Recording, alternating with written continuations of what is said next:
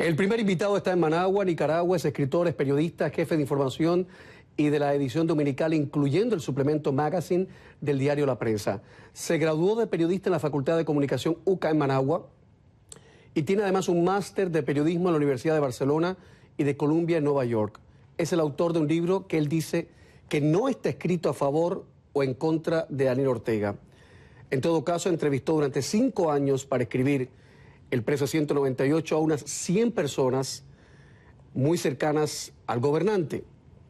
Fabián Medina ha publicado además Secretos de Confesión en el 2002 y Los Días de Somoza en el 2009. Fabián Medina, bienvenido a Camilo. ¿Cómo está usted? Muy bien, muchas gracias Camilo. Muy a gusto de estar en tu programa y aprovechar esta oportunidad para dar a conocer un poco de tanto del libro como de mi país.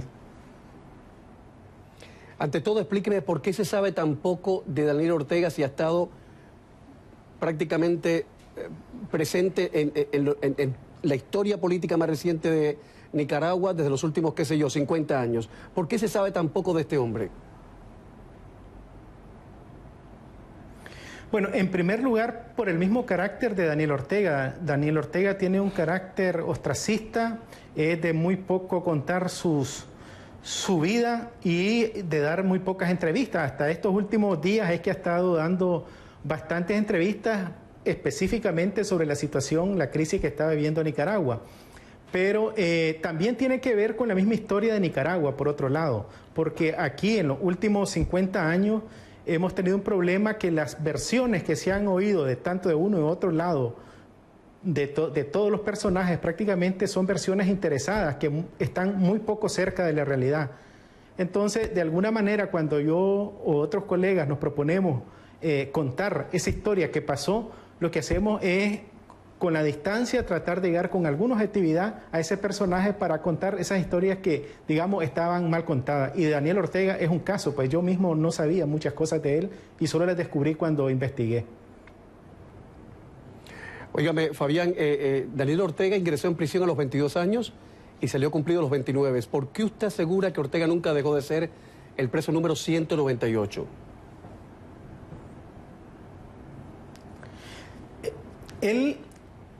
La cárcel lo marcó a Daniel Ortega como ningún otro de los presos sandinistas que estuvieron con él. Pues él es uno de los que tiene la mayor cantidad de años de cárcel entre los prisioneros sandinistas que tuvo Somoza. Pero creo que a nadie lo marcó como a él, y él mismo lo reconoció. Incluso cuando él sale en el 74, ya de 29 años, como usted dice, y sale hacia Cuba, él dice que se siente incómodo en libertad, porque él estaba acostumbrado a las rutinas de la cárcel. Y dice, hay una frase textual de él que se la dijo a una periodista de Playboy en 1987 en una entrevista. Dice, yo sentía que la cárcel iba conmigo. Pero además de eso, incorporó no solo a sus rutinas personales, comer de pie, buscar lugares oscuros, rodearse solo de amigos que estuvieron, su círculo de amigos íntimos es amigos que estuvieron con él en la cárcel. Y un dato que a mí me pareció sorprendente cuando lo descubrí, es que a su primera escolta, cuando el triunfo revolucionario y cuando los comandantes de la revolución empiezan a organizar quienes iban a ser sus escoltas, que eran generalmente guerrilleros, él incorpora a 3 guardias, a 3 carceleros de los que él estuvo en prisión. Entonces eso habla mucho de su carácter y cómo ha llevado también, además de su vida personal, ese carácter de preso a otros ámbitos de su vida, incluso al ámbito del poder.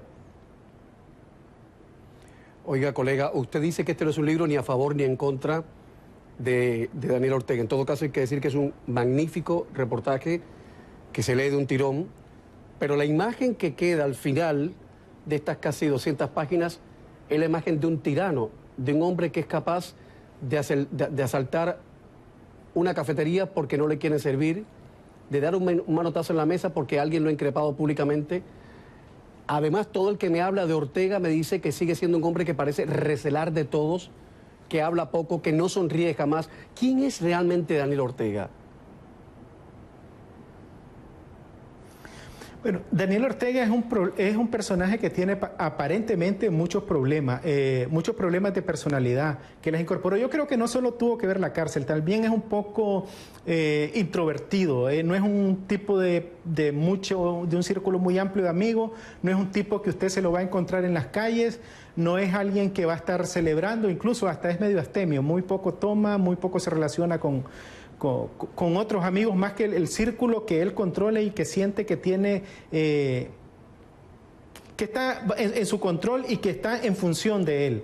Entonces, ese personaje tuvo una vida guerrillera que, si usted revisa en la primera parte del libro, se nota cómo él va ascendiendo, incluso en las estructuras guerrilleras, porque no se trata, y cuando digo ni a favor ni en contra, no se trata de quitarle ningún mérito. Lo que queda claro es cómo se va transformando ese guerrillero que en algún momento estuvo dispuesto o enarboló ideales revolucionarios para sacar a un tirano de Nicaragua, la dictadura de Anastasio Somoza, en algún momento se va convirtiendo en lo mismo en lo que derrocó, porque él empieza a asumir muchos de los vicios que tiene Somoza, y los ideales revolucionarios quedan relegados a una lucha del poder por el poder, que es lo que estamos viendo ahora mismo. Soy la América Narváez me dijo, lo dijo en este programa, que cuando conoció a Ortega en 1977, la primera impresión que le dio fue de miedo. Leo que el círculo más cerrado de Daniel Ortega lo integran apenas 8 personas. Tengo el testimonio de varias gentes en La Habana, gente muy cercana al gobierno, gente que trató a los sandinistas cuando estaban en la cresta de la ola, y Daniel Ortega no era precisamente santo de la devoción de Fidel Castro en un momento dado. ¿Cómo un hombre con tan poco carisma, con tan poco barniz social y cultural, se ha hecho de tanto poder?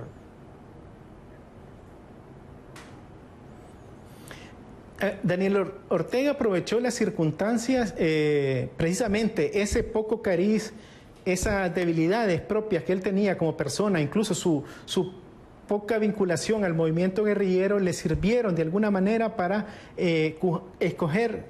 coger lugares preponderantes en la dirección del gobierno sandinista. Y eso tiene que ver con una lucha de egos intenso que se desarrolló entre los comandantes, porque sobre Daniel Ortega, digamos, a pesar que había una dirección colegiada de 9 comandantes que se escogieron, había 3 personajes que tenían mucha más ascendencia en el frente sandinista que Daniel Ortega. Uno de ellos era su propio hermano, Humberto Ortega, que junto con él dirigió, digamos, la tendencia o el grupo del Frente Sandinista que diseñó la forma como se derrotó Somoza, la que al final se sumaron todas las otras tendencias. Entonces tenía esa preponderancia militar, el grupo y su hermano Humberto Ortega, de alguna manera lo fue colocando, y esa propia poca relevancia que él tenía dentro de los 9 comandantes, no quiere decir dentro del Frente Sandinista, porque él era miembro de la Dirección Nacional del Frente Sandinista y uno de los personajes más importantes para ese tiempo, pero no el más importante. Entonces, eso sirvió para que los otros 3, digamos, que recelaban uno de otro, lo aceptaran, porque dijeron, bueno, este es el menos mal, quedémonos con esto, y no uno de nosotros que vamos a entrar en conflicto y nos vamos a volver a dividir. Sergio Ramírez dice que come de pie, que Daniel Ortega come de pie, que le gusta comer queso, que come con la mano, como un preso, que es un hombre que no es civil, es una de las palabras que usa don Sergio Ramírez. Usted en su libro señala 4 momentos importantes en la vida de Daniel Ortega, incluyendo los disturbios que comenzaron el 18 de abril y toda la represión violentísima que desató Ortega y su mujer Rosario Murillo. Fabián, le recomiendo que repasemos episodios que usted considera básicos a la vida de este hombre. ¿Cómo usted cree que influyó en 1990 la derrota electoral? Porque Fidel Castro le había dicho, de elecciones nada. ¿Cómo usted cree que influyó en su psiquis que lo echaran a un lado, como un trasto? Sí, 1990, cuando hablo de esos 4 momentos, son los 4 momentos, digamos, más importantes de Daniel Ortega, que lo vinculan a Rosario Murillo. Él tuvo otros momentos importantes atrás, digamos, que lo sufrió y lo vivió y determinaron un poco su vida. Pero 1990 es el momento en que se le cae todo el tinglado de de seguridad que él tenía sobre el proceso que había diseñado el Frente Sandinista. Él lo siente como una traición del pueblo y lo vive así como esa traición. Todo falla porque la apuesta fue desde siempre que las elecciones se ganaban. O sea, hubo elecciones en 1990 porque el Frente Sandinista estaba seguro que las iba a ganar. Las encuestas, la mayoría de las encuestas lo daban por hecho. Entonces, cuando sucede la derrota del Frente Sandinista y la victoria de doña Violeta, él lo asume como una traición que le hace el pueblo, que no entendió ese proceso revolucionario que él estaba, digamos, dirigiendo ya para ese momento casi personalmente, porque era la figura más dominante de todos los comandantes sandinistas. El otro momento duro para él fue un ataque al corazón que le detectan en 1994, mientras se está haciendo unos chequeos de rutina en Cuba, le detectan... Fabián. Sí. Déjeme llegar al infarto después de la publicidad. Sí, escucho. Usted ha dicho que Daniel Ortega percibió, la derrota electoral como una traición del pueblo. Y usted cuenta aquí que Daniel Ortega vive atrincherado, que no le gusta el contacto con la gente, que no soporta el contacto con la gente, mucho menos que lo incriminen o que le digan algo públicamente. Es esa relación que él tiene con el pueblo, porque ya se sabe que él y su mujer hablan constantemente en nombre del pueblo, de la patria, de Dios, ahora Nurfo Romero, porque se enganchan a lo que esté en los titulares. Pero en su percepción de periodista y nicaragüense, ¿Daniel Ortega respeta al pueblo nicaragüense? Daniel Ortega tiene un mal concepto del pueblo. El problema de estas personas es que el ego es tan grande que al final se siente en la representación del pueblo mismo. Incluso toda su discurso, toda su narrativa, toda su simbología está encaminada a decir: yo soy el pueblo, yo sé lo que ustedes quieren, yo soy el que los represento y voy a decidir por ustedes. Y creo que la prueba más grande de todo eso es que no les permite votar. O sea, él desde que llegó en el 2007 al poder, secuestró el derecho al voto de ese pueblo que él dice representar, porque estableció un proceso fraudulento de elección de las autoridades en los que un Consejo Supremo Electoral controlado por él decide cuántos votos necesita Daniel Ortega para tener la cantidad de poder que él determinó tener. Entonces, ¿qué pueblo puede representar? Estamos hablando de un personaje que siente que él tiene una misión